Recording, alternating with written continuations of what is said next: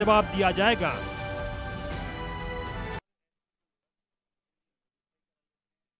पाकिस्तान क्या कह रहा है, तालिबान क्या कह रहा है, पाकिस्तान क्या कह रहा है, ये सारी चीज़ें दोनों अलग अलग जगहों से हैं। अफगानिस्तान ने तो यहाँ तक कहा कि उसने 58 पाकिस्तान आर्मी के पर्सनल्स को इस दौरान मार गिराया। हालांकि पाकिस्तान ने कहा कि उसने 23 की बात कबूली कि 23 उसके आर्मी मैन मारे गए हैं, सैनिक मारे गए हैं, और उसने 200 तालिबान के लड़ाकों को मार गिराया है। हर एक के अपने दावे हैं, हर एक की अपनी बातें हैं, लेकिन इस इलाके में, इस खित्ते में, डूरन लाइन के आसपास यह सब कुछ होना एक अजीब से हालात सामने रखता है। एम्बेसडर महेश कुमार, एम्बेसडर महेश सचदेव मेरे साथ, फॉर्मर डिप्लोमेट, इस वक्त जुड़ गए हैं। मेरे साथ कल्बे अली, सीनियर जर्नलिस्ट, पाकिस्तान से इस वक्त लाइव हैं। कल्बे अली भाई, बहुत शुक्रिया वक्त निकालने के लिए, हमारे साथ जुड़ने के लिए। और नाजिया इलाही खान मेरे साथ थोड़ी देर में सोशल एक्टिविस्ट के तौर पर इस वक्त जुड़ने जा रही हैं। सबसे पहले अपने मेहमान को मौका देते हुए कल्बे अली साहब, क्योंकि आप सीनियर जर्नलिस्ट हैं, ये मसला तो पाकिस्तान के इस सेक्टर में केपीके और एनडब्ल्यूएफपी का ये जो पूरा का पूरा एरिया है डूरन लाइन के आसपास वाला, ये यहाँ तो मसला असल टीटीपी से था। ये तालिबान से ये दुश्मनी कैसे हो गई, और तालिबान पर इस तरीके का एयर अटैक पाकिस्तान ने कैसे कर दिया? हालात कितने वहाँ बिगड़ गए थे, ज़रा आप एक्सप्लेन करें, क्योंकि आप पाकिस्तान में मौजूद हैं।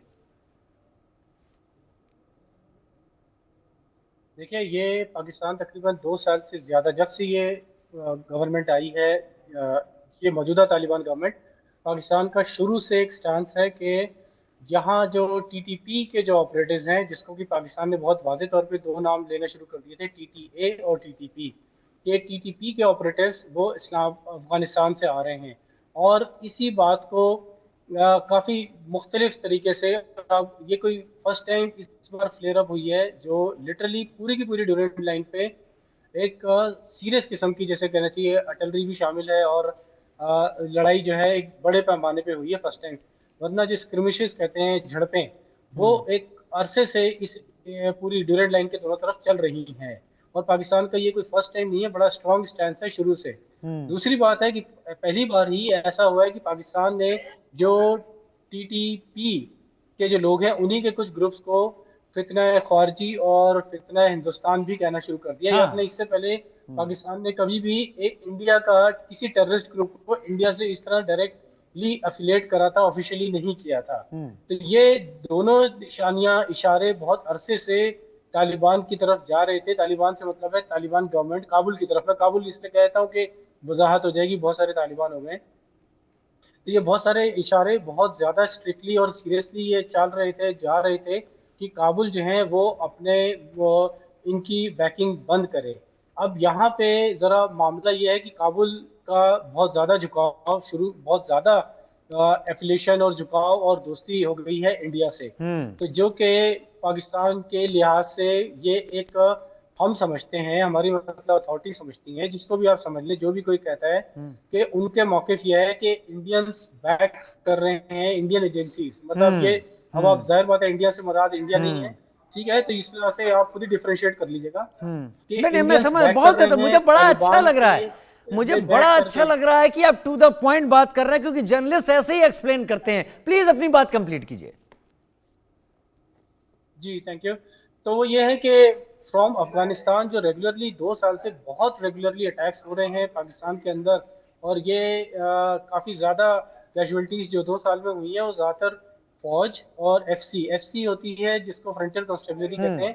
ये होती है जिस तरह बीएसएफ है, फ्रंटियर कॉर्प्स में जानता हूं, पे होते हैं एफसी वाले। फ्रंटियर कॉर्प्स बलूचिस्तान में भी लगी हुई है जी। ये दशक ज़्यादातर जो उनके लिए मैंने मिसाल दे दी है, तो जैसे बीएसएफ है, बीएसएफ मतलब होम मिनिस्ट्री के अंडर आती है। तो ये उनके ही रेगुलरली लोगों पे ये बहुत ज्यादा अटैक्स हो रहे हैं, और इसके लिए कुछ अफगानिस्तान के जो लीडर्स हैं वो बहुत एग्रेसिव शुरू से ही हैं पाकिस्तान के अगेंस्ट। आपने एक बात बड़ी साफ कर दी, आपने एक बात बड़ी साफ कर दी कि इंडिया से नज़दीकी जो है वो कहीं खल रही है। और दूसरी चीज़ मैं आपसे और पूछ लेना चाहता हूं इससे पहले कि नाजिया इलाही खान भी मेरे साथ जुड़ गई हैं, सोशल एक्टिविस्ट। नाजिया, बहुत स्वागत है आपका भी, आपने वक्त निकाला। आता हूं मैं आपके पास भी रुक करता हूं, लेकिन 2021 की अगर बात करूं कलबे भाई, तब बड़े जोर शोर से वेलकम किया गया था पाकिस्तान के सीनियर आर्मी ऑफिसर्स, पाकिस्तान का एस्टेब्लिशमेंट काबुल पहुंचा था जब ये सारा कुछ चेंज ओवर हुआ था। इतने दिनों में ऐसा क्या हुआ? ये पहली बार ड्यूरेंट लाइन इतनी जली है। हालांकि अफगानिस्तान ने आज तक नहीं माना कि ड्यूरेंट लाइन उनका बॉर्डर है।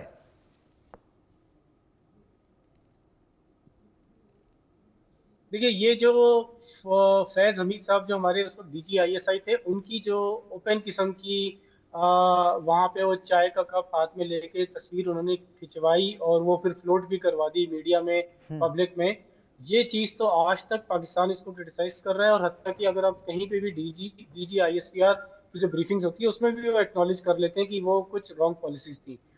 दूसरी तरफ एक और रॉन्ग पॉलिसी जो ऑफिशियली पाकिस्तान एक्नॉलेज कर रहा है कि बगैर किसी ठोस एग्रीमेंट के पाकिस्तान ने बहुत सारे TTP के एक्टिविस्ट को छोड़ दिया था, इस उम्मीद से, इस मुआहदे से कि जी वो लोग अब जाके अफगानिस्तान में एक सेटलमेंट होगी, अफगानिस्तान ग्रोथ की तरफ जाएगा और ये मामला खत्म हो जाएगा और इन लोगों को अब सेटलमेंट की जरूरत है। सेटलमेंट से मतलब एक शहरी की तरह रहना शुरू कर देंगे, जितने जंजू हैं वो अपनी लड़ाई झगड़ा खत्म करके एक शहरी बन जाएंगे।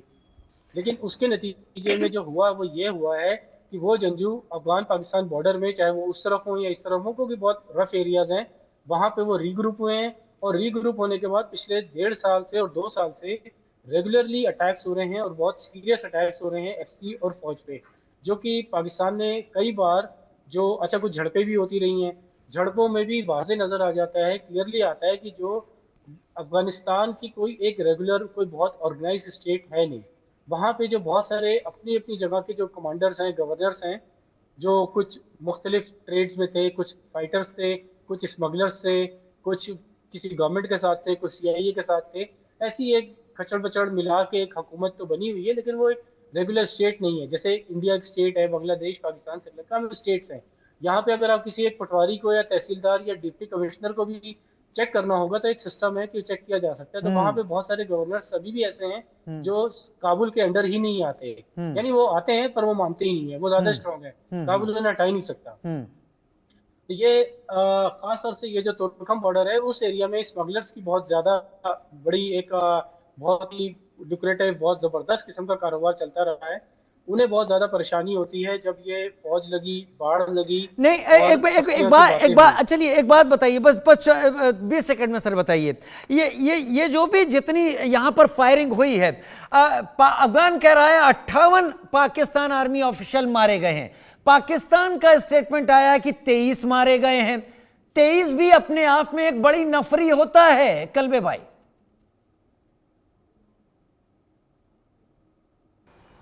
नहीं, ये इसको मैं वैसे बाय नहीं करूंगा, क्योंकि जब एक कंट्रीज होती हैं ना, जब हम स्टेट की बात करते हैं तो 20, 50, 100, 200, 1000, 2000 लोग इसी तरह के मेजर एक्शंस में अगर एक वो हो जाते हैं। लेकिन ये जो कंट्रीज जिनके अंदर एक स्ट्रक्चर होता है, मतलब हम किसी भी कंट्री की बात कर लें, इंडिया ले लें, श्रीलंका के जो थी तमिल टाइगर्स, उन्होंने कितने श्रीलंका के फौजी और शिप्स, और लेकिन कंट्रीज के अंदर जहाँ स्ट्रक्चर होता है वहाँ रिकवरी होती रहती है। जितनी लोग हिट होते हैं, अब मेजर इंसर्जेंसी थी नक्सलवाड़ियों की, जो कि अब तकरीबन खत्म हो गई है।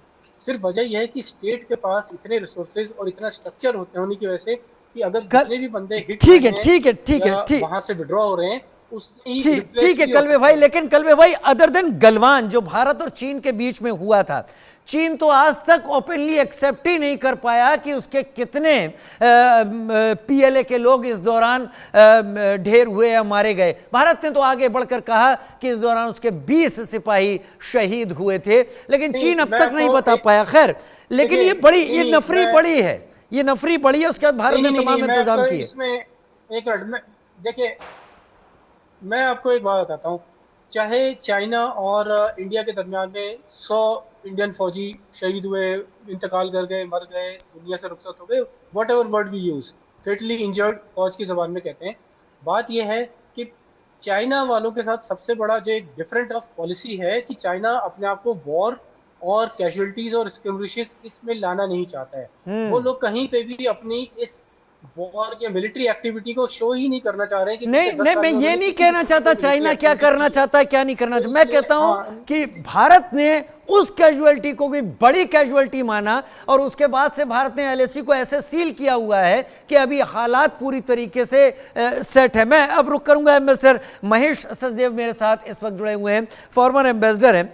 एम्बेसडर सर, क्या आमिर खान मुत्ताकी का भारत आना रूस के बाद सीधे, हालांकि इस बात को ध्यान रखना होगा कि यूएनएससी ने उनके पर ट्रैवल रिस्ट्रिक्शंस लगाए हुए थे, वो भारत जो आए हैं, ये पाकिस्तान की असल परेशानी है क्या अफगानिस्तान का यहां पर मूव करना या नजदीक होना, लंबे वक्त तक यहां पर होना, ये पाकिस्तान की असली दिक्कत है जो सारा कुछ अभी एडवेंचर हुआ है डूरन लाइन के दोनों तरफ?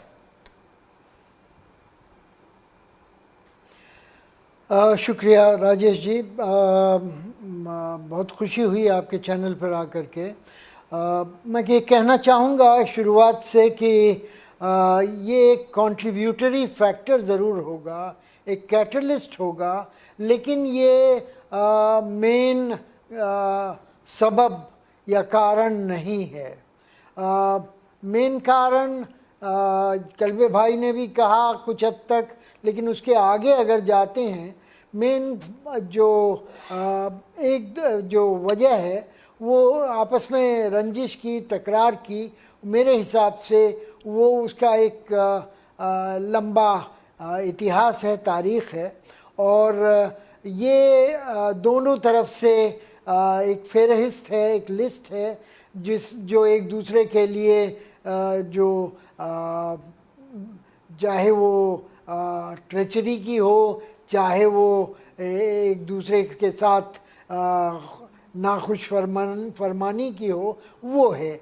पाकिस्तान की तरफ से देखें तो वो ये देखते हैं कि हमने तालिबान को और उससे पहले मुजाहिदीन को इतना सपोर्ट किया, और अब ये लोग हमारी बिल्ली हम ही को म्याऊं कह रही है।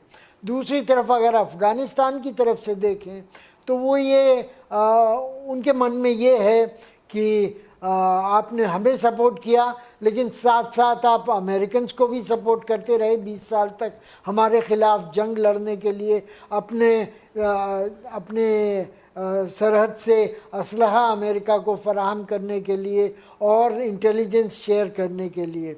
और दूसरी तरफ ये भी वो कहते हैं कि हमारे रिफ्यूजीज़ को जिस तरह से ज़बरन और एक बड़ी पेशकश के से निकाला जा रहा है, वापस अफ़गानिस्तान भेजा जा रहा है, वो भी उनको नाखुशगवार गुज़रता है।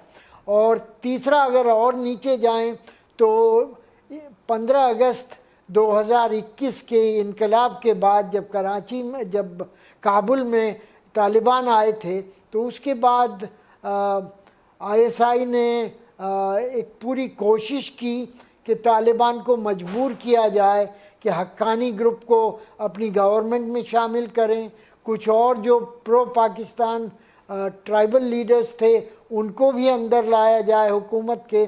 और ये जो कोर ऑफ तालिबान थे उनको ये नाखुशगवार गुजरा है, और वो बिग ब्रदर का एटीट्यूड से वो नाराज़ हुए, और एक तरह से खलल पड़ा शुरुआत में ही। तो इन सब को लेकर के एक गांठ पड़ गई दोनों लीडरशिप के बीच में, और वो गांठ अभी तक खुली नहीं है। गांठ अभी खुली नहीं है, और शायद वो गांठ पाकिस्तान और डूरन लाइन पर इस वक्त एक बड़े धमाके की तरह सामने दिखाई पड़ रही है। नाजिया मेरे साथ इस वक्त जुड़ी हूँ। नाजिया, सवाल तो नहीं, लेकिन पाकिस्तान तो बहुत ज़्यादा इस बात पर गुमान करता था कि 2021 में जो कुछ भी अफगानिस्तान में हुआ और तालिबान ने जैसे गवर्नमेंट को टेक ओवर किया, उसमें उसका बड़ा रोल था। वहाँ पर बड़े जलसे के साथ पाकिस्तानी आर्मी के सीनियर ऑफिसर, पाकिस्तानी एस्टेब्लिशमेंट सब पहुंचा। पाकिस्तान क्या पचा नहीं पा रहा है अफगानिस्तान का भारत के नजदीक आना? ये जियोपॉलिटिक्स और इसमें अफगानिस्तान के ऊपर टैंक्स का इस्तेमाल या एयरफोर्स का इस्तेमाल करना क्या इशारा दे रहा है? क्या पाकिस्तान ने Pakistan BLA, Pakistan TTP, Pakistan India, इसके अलावा पाकिस्तान अफगानिस्तान का एक और महाज तो नहीं खोल लिया है? राजीव जी, हर हर महादेव आपको भी, हर हर महादेव, मेरे सभी को पैनलिस्ट को भी।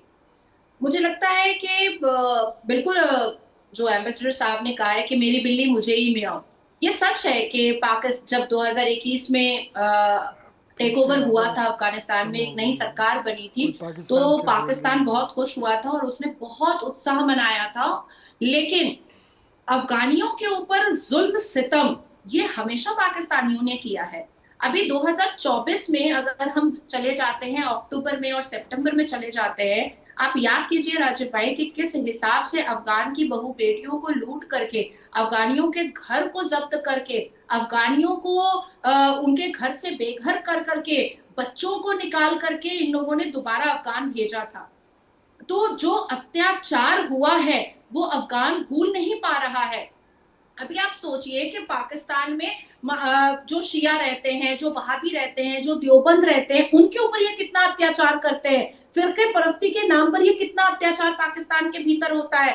तो पाकिस्तान की ताकत को, पाकिस्तान को पता है अफगान की ताकत बहुत अच्छे से। 1961 सितंबर 1960 से लेकर के सितंबर 1961 में दाऊद खान जब वजीर आजम था अफगान का, तब भी पाकिस्तान को धूल चटाया गया था।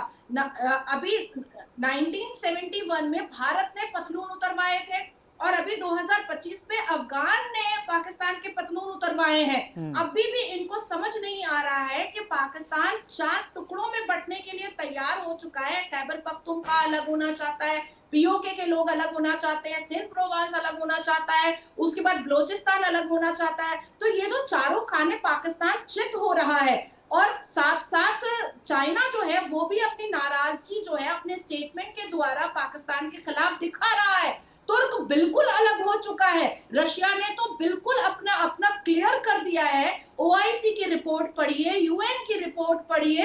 अच्छा, पाकिस्तान के भीतर में जो NGOs चल रहे हैं राजीव भाई, आप उसमें सिर्फ 2 NGO को देखिए, human right commission of Pakistan HRCP और पाकिस्तान दलित सॉलिडरिटी नेटवर्क PDSN। इन्होंने OIC को, यूनाइटेड नेशन को और इंटरनेशनल कोर्ट को पूरी रिपोर्ट पाकिस्तान के खिलाफ सबमिट की है कि पाकिस्तान में ह्यूमन राइट्स बोल करके कुछ है ही नहीं, जिस हिसाब से ह्यूमन पर अत्याचार हो रहा है। तो मुझे ऐसा लगता है कि अफगान ने बहुत सही रिप्लाई अपनी बहू बेटियों की इज्जत का और अपने मान मर्यादा का, अपने सेल्फ आइडेंटिफिकेशन का बहुत सही रिप्लाई दिया है। और एक बार फिर हमने देख लिया ऑपरेशन सिंदूर के बाद कि कैसे सीज फायर के लिए पाकिस्तान भीख मांगता हुआ नजर आ रहा है। सीज फायर के लिए भीख मांगता हुआ नजर आ रहा है और अफगानिस्तान ने वो सीज फायर किया भी, लेकिन अफगानिस्तान का ये कहना है कि सीज फायर को पाकिस्तान मानने को तैयार नहीं है। नाजिया, सवाल तो बड़े सारे हैं। वो पतलूने जिनकी आप बात कर रहे थे वो अफगान तो ले गए, टैंक भी ले गए हैं अफगानिस्तान के वो लड़ाके, वो फोर्सेस। और यही चीज़ हुई है बलूचिस्तान में भी, वहाँ भी पतलूने उतरी हैं। 93,000 पतलूने तो हमने ईस्ट पाकिस्तान में देख ली थी।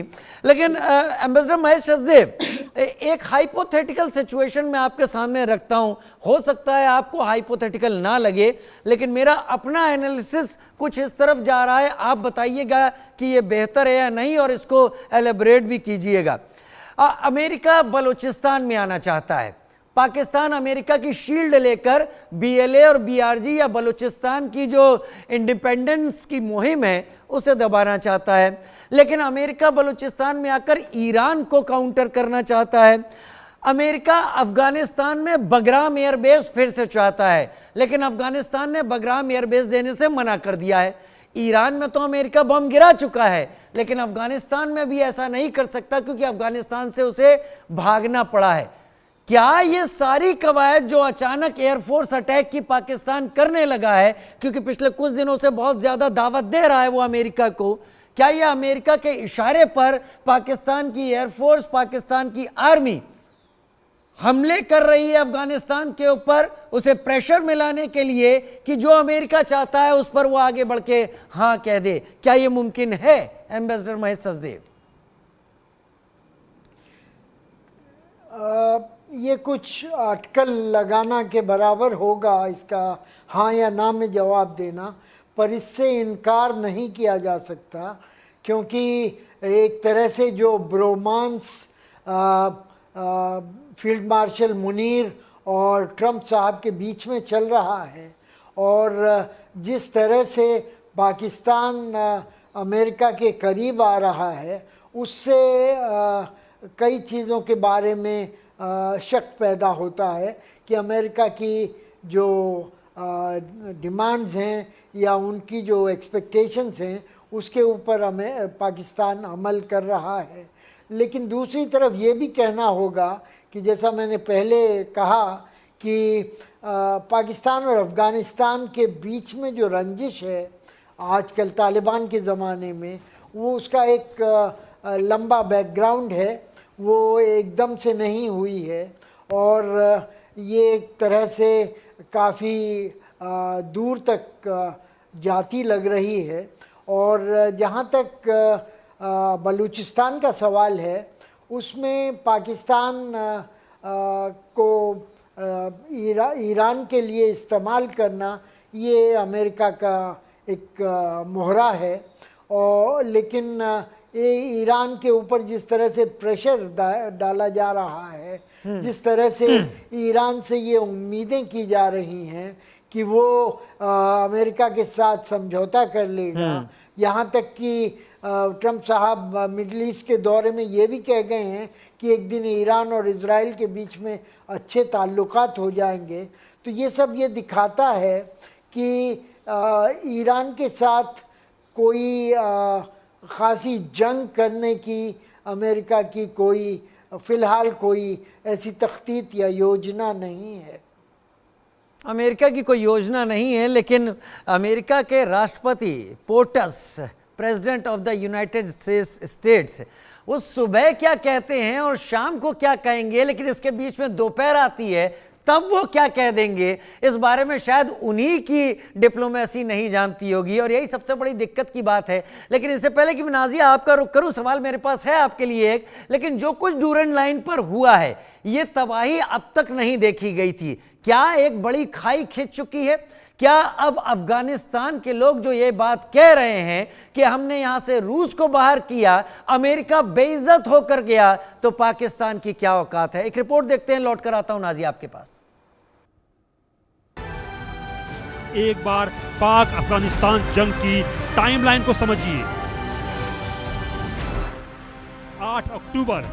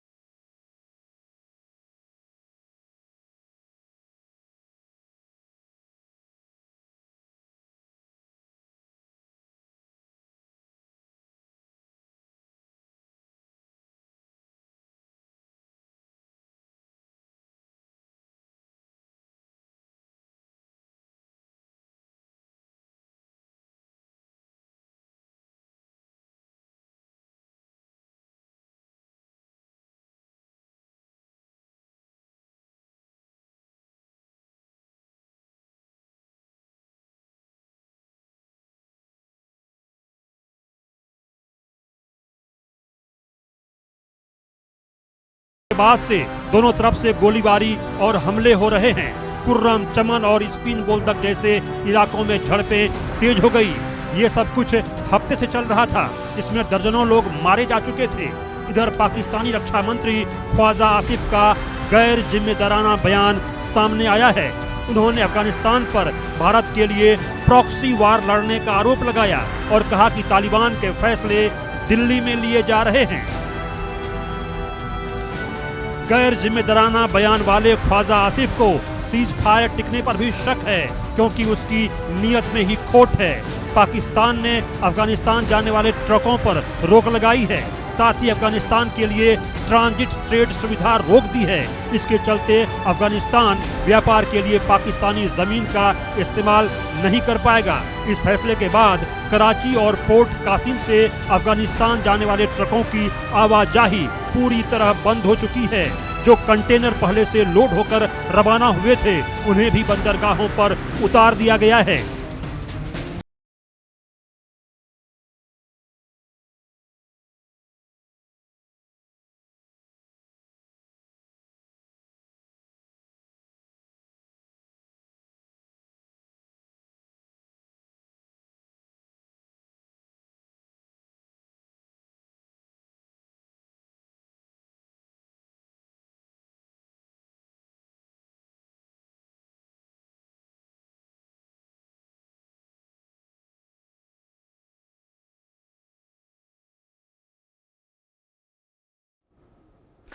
पाकिस्तान आर्मी के बारे में कोई बात फेमस हो या ना हो, उनकी पतलूनें बहुत फेमस हैं। 1971 से लेकर अब तक अगर पाकिस्तानी आर्मी में कुछ बदलाव हुए हैं तो उनको अलग रख दिया जाए, लेकिन जो नहीं हुआ है वो उनकी पतलूनों का लुटने वाला बदलाव अब तक नहीं हुआ है। अब भी पतलूनें लुटती हैं और ये सबसे आसान चीजें होती हैं जिसे छोड़कर वो भाग जाते हैं। नाजिया मेरे साथ इस वक्त जुड़ी हुई हैं। नाजिया, इस बीच पाकिस्तान के आर्मी के जो स्पोक्स पर्सन हैं उन्होंने कहा कि जो कुछ भी हमने किया है वो पाकिस्तान ने इसलिए किया कि अफगानिस्तान से पाकिस्तान में टीटीपी आकर जो हमले कर रहा था उसका बदला लेने के लिए, और टीटीपी को टेररिस्ट ऑर्गेनाइजेशन कहता है और उसका कहना है कि हम इस मामले में किसी तरीके की कोताही नहीं बरतेंगे, हम इनको अटैक करेंगे और खत्म करेंगे।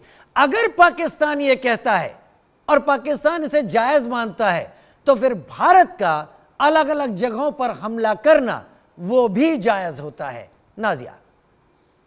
राजीव जी, मुझे ऐसा लगता है कि पाकिस्तानियों के इस्लामिक देश और कुरानिक देश में जितने भी पाकिस्तानी रहते हैं उनकी जुबान पर अल्लाह अल्लाह रहता है, पर मुंह पे झूठ बहुत रहता है।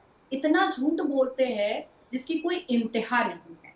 अब सोचिए कि ये सबसे जंग लड़ने के लिए तैयार हो जाता है और इनका मार्च 2025 का डेप्ट अगर सुनिएगा, दुनिया जानेगी तो पता चलेगा कि टोटल डेप्ट जो है वो 76.1 ट्रिलियन है, डोमेस्टिक डेप्ट है 51.52 ट्रिलियन और एक्सटर्नल डेप्ट जो है वो 24.49 ट्रिलियन है।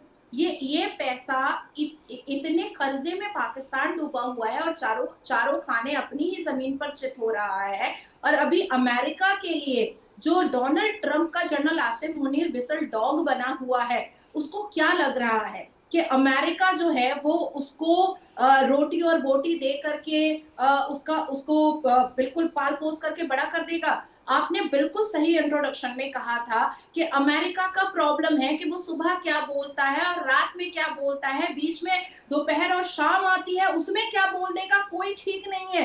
तो जिस हिसाब से पाकिस्तान अब मुसलमान देशों में बदनाम हो चुका है, जिस हिसाब से उसने अपने पड़ोसी मुल्क अफगान के साथ रिश्ते खराब कर लिए हैं, जिस हिसाब से ओआईसी में बदनाम हो चुका है, जिस हिसाब से ह्यूमन राइट्स ऑर्गेनाइजेशन में बदनाम हो चुका है, यूनाइटेड नेशन में बदनाम हो चुका है, और उसी के पाकिस्तान देश के ही 4 अलग अलग जो जगहें हैं वो टूट करके अलग देश बनने को तैयार है। तो मुझे नहीं लगता है कि पाकिस्तान ने कोई अक्लमंदी का काम किया है। मुझे ऐसा लगता है कि पाकिस्तान ने अफगान के साथ लड़ाई मोल करके पाकिस्तान को खबरिस्तान मैं अभी बात नहीं कर सकता, मुझे अब कोई इंटरेस्ट नहीं है इसमें। Thank you. आप बोलती रहें नाजिया, आप बोलती रहें। मुझे लगता है कि एम्बेसडर महेश सचदेव किसी से बात कर रहे हैं, आप बोलती रहें नाजिया।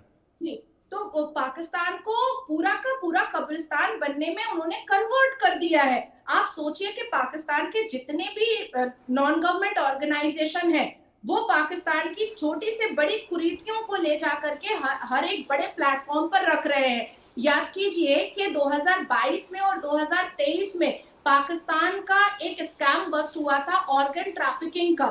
उस ऑर्गन ट्रैफिकिंग में जो 40% से ज्यादा अफगानी बच्चों के ऑर्गन ट्रैफिकिंग किया गया है, बलोच के बच्चों की ऑर्गन ट्रैफिकिंग की गई है, जो गरीब खैबर पख्तूनख्वा के पहाड़ों में जो बच्चे रहते हैं उनकी ऑर्गन ट्रैफिकिंग की गई है। तो ये जो अत्याचार लाइलाहा वाले पर कर रहे हैं, तो इस अत्याचार का बदला तो मुस्लिम कंट्रीज अफगान क्यों नहीं लेगा भाई? बिल्कुल लेगा। देखिए हमारे सुन्नत रसूल में भी है कि जुल्म करने वाले से ज्यादा बड़ा गुनहगार जो होता है वो जुल्म सहने वाला होता है। तो अफगान तालिबान कितने दिन जुल्म सहता?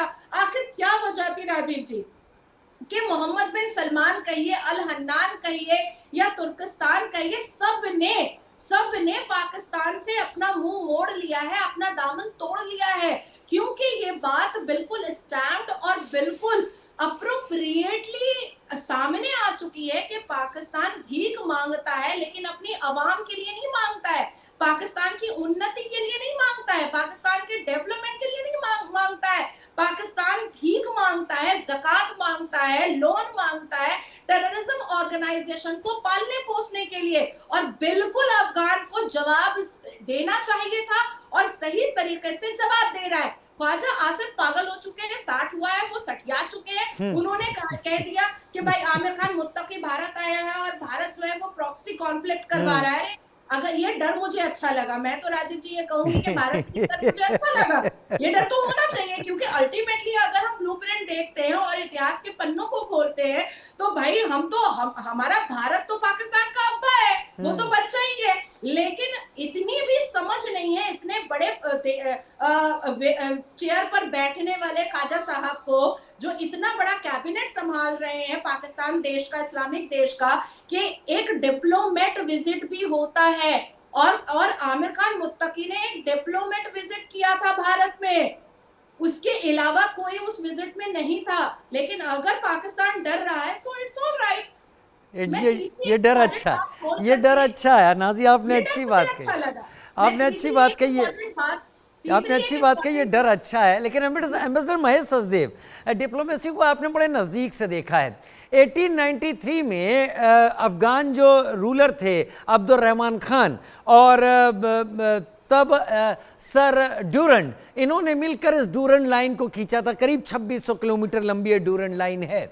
ये डूरंड लाइन इस पूरे फसाद की जड़ है। अफगानिस्तान कहता है मैं इसे न तब मानता था न मैं इसे अब मानता हूं। अगर 1893 से 1993 100 साल होने के बाद इसे रिन्यू नहीं किया गया तो इसकी कोई यहां पर वैलिडिटी नहीं है। आप इसको सॉल्व होते देखते हैं या आपको लगता है कि अभी तो शुरुआत है, आग और भड़केगी? एम्बेसडर महेश सचदेव।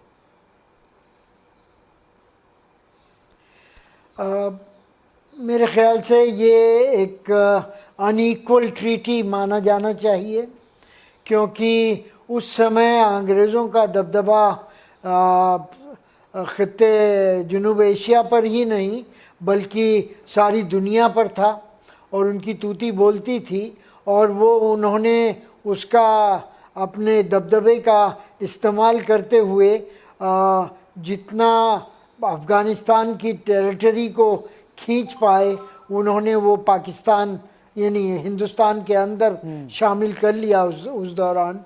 और पाकिस्तान को ये सौगात विरासत में मिली है।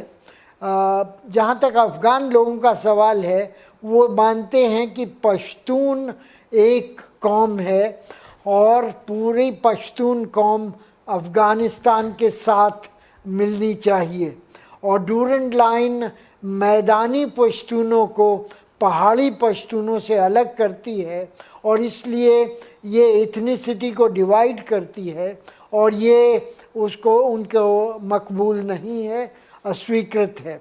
दूसरा ये भी कहना चाहूँगा कि आज़ादी के दौरान, आज़ादी की मुहिम के दौरान बादशाह अब्दुल्ला खान और अफ़गान लोग यानी पश्तून लोगों ने महात्मा गांधी का साथ दिया था और जिन्ना का साथ नहीं दिया था। फ्रंटियर गांधी की आप बात कर रहे हैं, सीमांत गांधी, तारीखी मसला है। खान अब्दुल गफ्फार खान की आप बात कर रहे हैं, लेकिन जो कुछ भी हालात हैं, मुझे नाजिया आपकी बात वाकई यहाँ पर सही लगती दिखाई दे रही है। 4 टुकड़े तो हम यूं ही गिन सकते हैं और अब इसकी ज़रूरत है, लेकिन नाजिया दरअसल अब आवाज़ें उठने लगी हैं कि जो पॉज लगा है उस पॉज का ख़त्म होना ज़रूरी है, क्योंकि हालात पाकिस्तान कई कुल्हाड़ियाँ लेकर अपने पैर पे मारने वाले बना रहा है। वक्त आ चुका है। बहुत शुक्रिया नाजिया, आपने समय निकाला।